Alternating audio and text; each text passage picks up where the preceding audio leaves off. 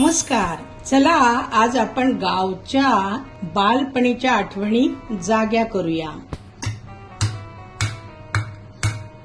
असे या लिमलेटच्या गोळ्यांचे छोटे तुकडे करून नंतर मिक्सीच्या भांड्यामध्ये घालून त्याची पावडर करून घेऊया. हे बघा, लिमलेटच्या गोळ्यांची पावडर झालेली आहे.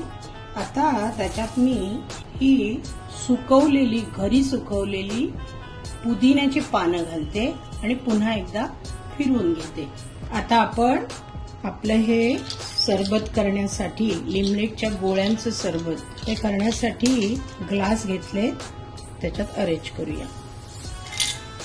त्याच्यात मी लिंबू पण टाकले. तुम्ही लिंबू आणि ताजा पुदिना पण टाकू शकता, कारण मी इथे सुकवलेला पुदिना वापरलाय. आणखी इथे टीप देते की मी जसे त्या गोळ्यांचे तुकडे केले तसंच तुम्ही एखाद्या कपड्यामध्ये लिमलेटच्या गोळ्या घेऊन आपल्या लाटण्याने वगैरे सुद्धा करू शकता तुकडे, सोपं पडेल. आता त्याच्यामध्ये थोडी ही भाजलेल्या जिऱ्याची पावडर घालते. तुम्ही चाट मसाला पण घालू शकता. हे सैंधव नमक घालते. तुम्ही साधं मीठ पण घालू शकता. आता आपण जी ही पावडर केली ती मुळात गोड असतेच, कारण लिमलेटच्या गोळ्यात साखर असतेच, त्यामुळे वेगळी साखर घालण्याची गरज नाही. तर आता ही एका ग्लासाला 2-2 चमचे आपण घालूया. तुम्ही चव घेऊन जास्त पण घालू शकता.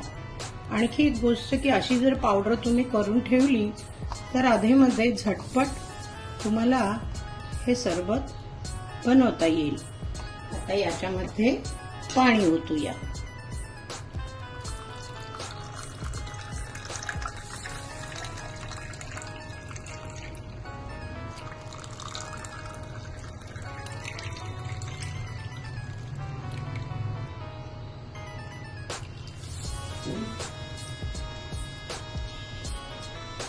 आणि हे चमच्याने ढवळून घेऊया.